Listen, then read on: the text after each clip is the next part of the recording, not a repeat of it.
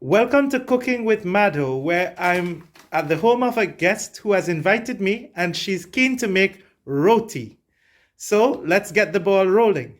And she's going to add 1 cup of flour. And this flour is basically whole meal flour. It's made of whole wheat flour that has pulses and grains, multiple grains. It has high fiber content, and she's going to mix that 1 cup of flour that's popularly called atta or whole wheat flour, and she's going to mix that in with some warm water, right? So let me just show you this product, because a lot of Trinidadians and Guyanese are trying to be more health conscious, and the beauty of this product here is that the atta is actually made with whole wheat. So this is traditional. The brand I use is Swad. It also comes in gluten-free, but I do not recommend gluten-free, right? I recommend that you use the traditional atta, which comprises of whole wheat, and it's very high in fiber, and it's very good for lowering your cholesterol. So my friend is going to add now to the atta flour roughly 1 cup that she's measured out of lukewarm water, right? And she's going to do it in little bits firstly, incrementally, and she'll try to clump them slowly as she develops the dough. So you're not trying to create one big dough. You're making baby steps. So she will clump from the middle, little pebbles or little dough balls, and then she will just continue to grow that, kind of like a snowball in winter. But we are in the tropics, and she's just going to clump it together. And what happens is the warm water really allows the mixing of the flour very easily. I mean, this will take probably under a minute. And she's correctly choosing to add water as she goes, because she doesn't want it to be too soggy. Because if she does that, she'll have to add too much flour. So it's a lot better to add a little bit first, so that the roti mix or the dough is not soggy. And she's doing a very good job here, a lot better than me for a first timer. This is a bit ironic, because I've been doing this for months, and it still takes me a little bit longer than she has taken to actually make this. And it's this a Jamaican is dumpling. after. There you go. So she calls it a Jamaican dumpling.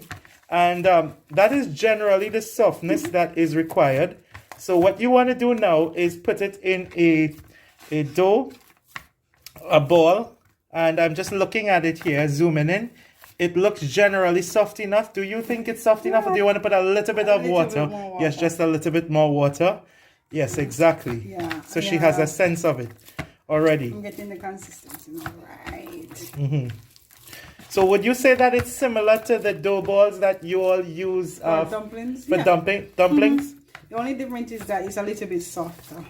That's what we're going with. It's a little bit softer. Okay. So it's just a little bit I softer. think I want a little bit more water. Sure. So you go ahead and do that. And the other question I have is, why do Jamaicans like dumplings so much for breakfast?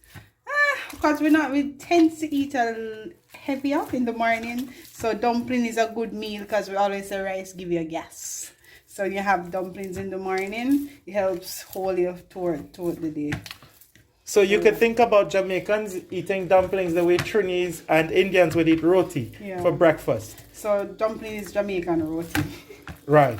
Alright, I like this now, I like this. Okay, good. So it's reached the consistency, and you have a choice that you could make sure it's smooth by adding a little bit of oil. Oh, yeah. So for example, I know that in countries like Malaysia and Singapore, the South Indians there like to put a lot of oil in it, and some of the commercial versions of these chapatis that you will get in commercial stores, they'll have a heavy consistency of oil, but you just want, a little bit, just a touch of it.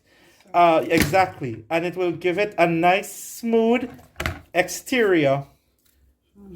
And that will also help it when it smoothens out and it goes on the tower or the griddle. So what she's doing here appropriately is placing it in one large ball firstly, or one large dough or loya. right? And perfectly, she's just putting them together. Yes, beautiful. Yeah, that's it? Yeah, that's it. That's it. This is not how you did it. Did it? No. Okay, you're doing well. So my friend, for the very first time, who's an expert at kneading the dough, is through trial and error. She's making her very first chapati roti. She's trying to get it circular, and it's a bit oblong, not circular, but oblong is edible. Oblong is a new edible. It's the fashionable edible in the culinary world, and she knows that. That's why it's elongated / oblong. And we see it nice and flat and thin. You want to comment on this new technique?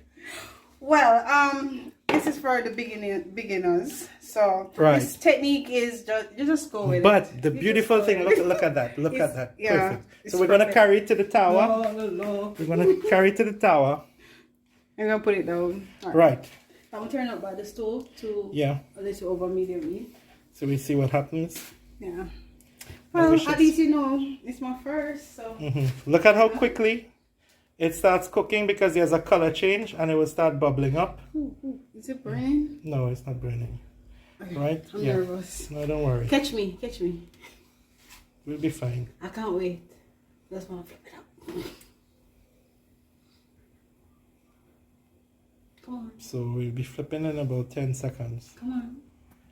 Where's the... One thing that we shouldn't have done, that we learned to improve on, is we actually turned off the heat a while ago. Oh, we should have kept it. Yeah, we should have kept the yeah. heat. So what happens is by turning it off, Yeah, take it was a little right, time. exactly. So it's actually a case that the tawa is reheating whilst the roti is being recooked.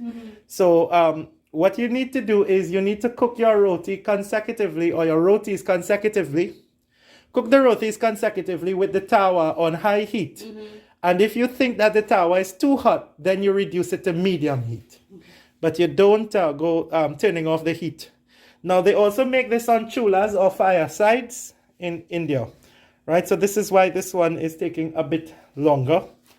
But it's getting there, and you're seeing some bubbles. I'm seeing there's boom, Yeah. boom, boom. It's coming. It's coming along. I'll be selling roti, guys. Yo, we are pro. Let me see. Let me show you how I'm going here, so. So if it doesn't rise on this side, we could turn it over and let it rise. Ah, no, it's going to rise slowly. Leave it. Look, it's spreading. You seeing it, MJ? Yeah. It's slowly but surely. It's going to spread. Even on the right-hand side, I think it's increasing a little bit. But we don't want it to burn, so if you smell it I burn, think we need to just turn it. flip. I'm seeing Yeah, it. flip it over. Good move. Yeah. Good idea. Almost. I think it's gonna rise now. Close though, call. Everything. Let's see what happens. Yes, there it is. It's It's rising. coming. It's rising. So this is almost good. 2 or 3 seconds we take this off.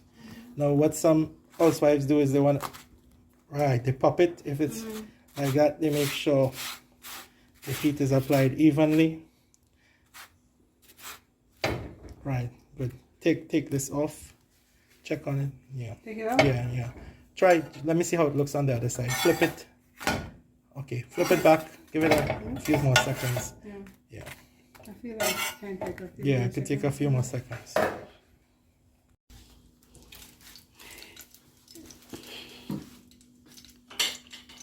So into some hot coconut oil, I put some garlic, some cumin or jeera. Now I actually do not have onions. If I had onions, they would go in, but I'm not worried because my dish actually has onions already. And I'm just going to stir this around briefly.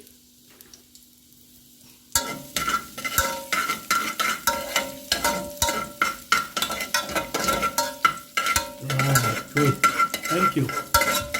You smell that nice garlic and the cumin doing well together.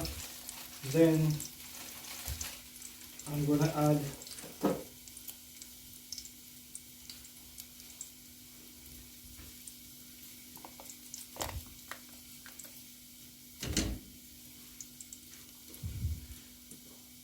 masala.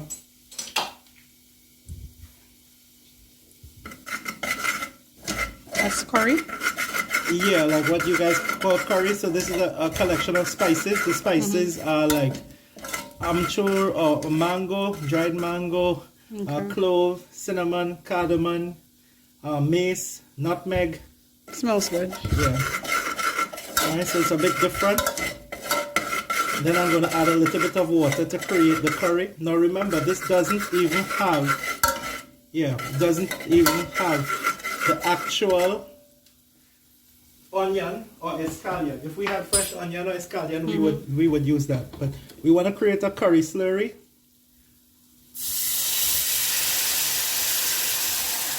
Ooh, Right? nice. Yeah. So this is what you call a slurry, or this is what you call the chunk process.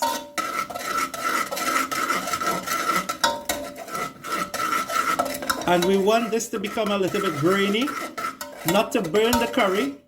Plenty of people burn the curry, but you want this to become a little bit grainy, so you cover it for just about maybe 1 minute or so. And we'll add Go ahead. a little bit of coriander goes in to the mix. I'm also going to put a touch of this.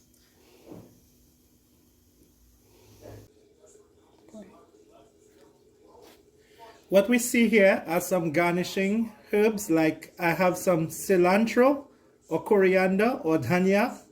I have Indian chili, not the Thai chili, so this is actually palatable. It's not too spicy, not too hot. And I have the fenugreek, I have the methi, dried methi, and you put this at the end. You don't cook with it in the beginning. Let's see how our final product looks. This is about 20 minutes afterwards. You could use the same recipe if you were making meat, but obviously I'm making a vegetarian dish here.